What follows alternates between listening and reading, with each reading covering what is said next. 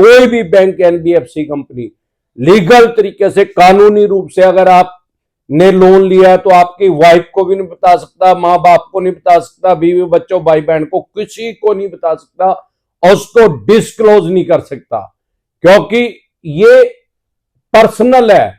चाहे loan personal ना हो, ये आपकी बात पर्सनल है, आपकी प्राइवेसी को भंग नहीं कर सकता वो। अगर ऐसा वो कर रहा है तो वो क्राइम कर रहा है, अपराध कर रहा है। अगर ऐसा काम कर रहा है तो सबसे पहले उसकी कंप्लेंट उस ब्रांच हेड के पास ही करो जिसने उसको भेजा है, और सीसी में रीजनल हेड और जनरल हेड को भी रख लो। ऑनलाइन भी आप कंप्लेंट कर सकते हैं, अपनी रजिस्टर्ड मेल आईडी से करें, ये ना कि किसी भी मेल आईडी से। जो आपने बैंक, एनबीएफसी कंपनी को रजिस्टर्ड मेल आईडी दी है, जो रजिस्टर्ड हो रही है उनके पास, उसी मेल आईडी से कंप्लेंट करें कि भाई इस तरीके से मेरे को परेशान रास किया जा रहा है, इसको रोका जाए, नहीं तो मैं आपके खिलाफ भी एफआईआर लॉन्च करूंगा, आपका ही पर्चा दर्ज करूंगा। तुरंत प्रभाव से 90% चांस है कि वो बंद हो जाएगी तुरंत प्रभाव से। अगर नहीं कर रहे हैं तो फिर इनकी एचओडी के पास सीधी मेल करें, भाई ये मेरे को परेशान कर रहे हैं और ये आदमी गैर कानूनी तरीके से, इनलीगल तरीके से रिकवरी करने की कोशिश कर रहा है। 99% चांस है कि वो खत्म हो जाएगी, रुक जाएगी वहां से। अगर फिर भी नहीं रुक रहे तो 1 महीने वेट करें। 1 महीने के बाद बैंकिंग ओम्बुड्समैन, सारे देश के लिए एक बैंकिंग ओम्बुड्समैन बना दिया गया है। कश्मीर से लेकर कन्याकुमारी तक, आसाम से लेकर गुजरात तक हमारे देश में 100 से भी ज्यादा बैंक, एनबीएफसी कंपनी काम कर रहे हैं।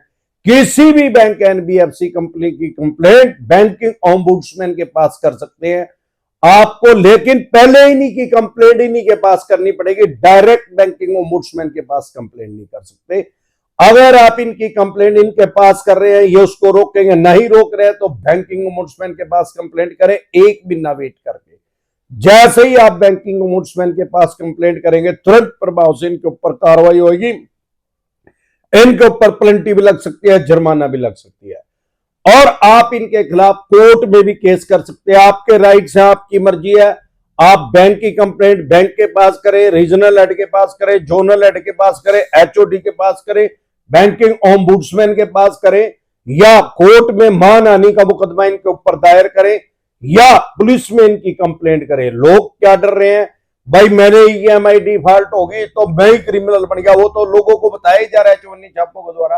अरे ईएमआई डिफॉल्ट होना क्राइम में कंसीडर नहीं होता, अपराध की श्रेणी में नहीं आता, और ना ही ईएमआई डिफॉल्ट होने से आपके फंडामेंटल राइट्स ब्रेक हो जाते हैं। आपके जो संवैधानिक अधिकार हैं वो खत्म नहीं हो जाते।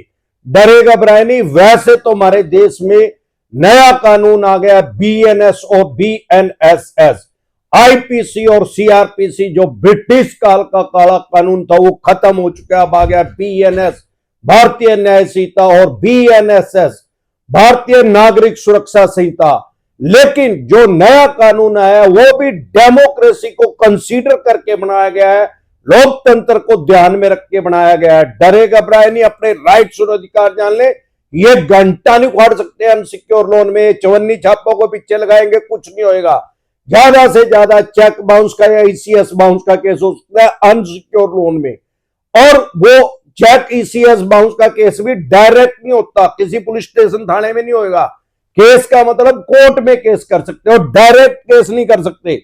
सबसे पहले आपको नोटिस इशू करना पड़ेगा, 15 दिन का टाइम देना पड़ेगा, 15 डे का।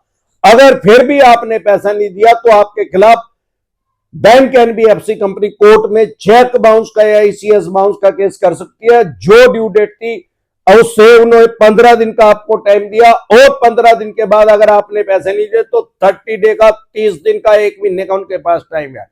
टोटल 45 दिन के अंदर, जिस दिन डिफॉल्ट हो जाएगा आपका चेक या ईसीएस, 45 दिन के अंदर अंदर आपके ऊपर केस कर सकते हैं। अगर 46 दिन हो गए, 45 दिन से 1 दिन ऊपर हो गया, तो वो जो चेक बाउंस का केस है वो नहीं हो सकता।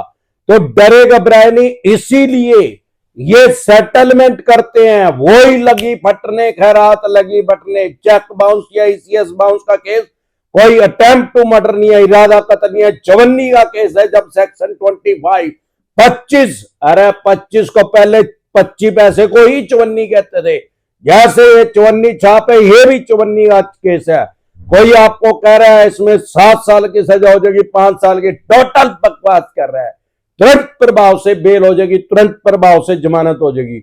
अगर आपको अपनी बेल करवानी है, जमानत करवानी है, कश्मीर से लेकर कन्याकुमारी तक, आसाम से लेकर गुजरात तक, अमरदीप का अध्ययन के पैनल पे एडवोकेट काम कर रहे हैं, हम आपकी बेल करवा देंगे, जमानत करवा देंगे। अगर आपको अपनी बेल करवाने के लिए एडवोकेट चाहिए तो आपके स्क्रीन पे एक नंबर आया हुआ है, उसको सेव करके व्हाट्सएप मैसेज करके आप हमारी टीम से एडवोकेट ले सकते हैं और हम आपको एडवोकेट प्रोवाइड करा देंगे। अगर आप हमारे से पर्सनल मीटिंग करना चाहते हैं, पर्सनल एडवाइस लेना चाहते हैं या टेलीफोनिक एडवाइस लेना चाहते हैं, साथियों एक जरूरी सूचना है हर आम आदमी के लिए जो भी डिसेंट एडवाइस फैमिली से जुड़ा हुआ है। हमारे जो नंबर वर्षों से चले हुए थे हर ऐप के ऊपर, वो टेक्निकल प्रॉब्लम की वजह से बंद हो गया, उन पे व्हाट्सएप मैसेज नहीं आ पा रहा है। अब ये नया नंबर मेरी टीम ने जारी कर दिया जो आपके स्क्रीन पे है, इसको सेव करके व्हाट्सएप मैसेज करके आप चाहें तो हमारे से पर्सनल मीटिंग करने की अपॉइंटमेंट ले सकते हैं या टेलीफोनिक एडवाइस लेने के लिए अपॉइंटमेंट ले सकते हैं या अपनी बेल करवाने के लिए, जमानत करवाने के लिए वकील ले सकते हैं। एक बार जोर से मिलकर नारा लगाएंगे, जय ससुराल वालों की।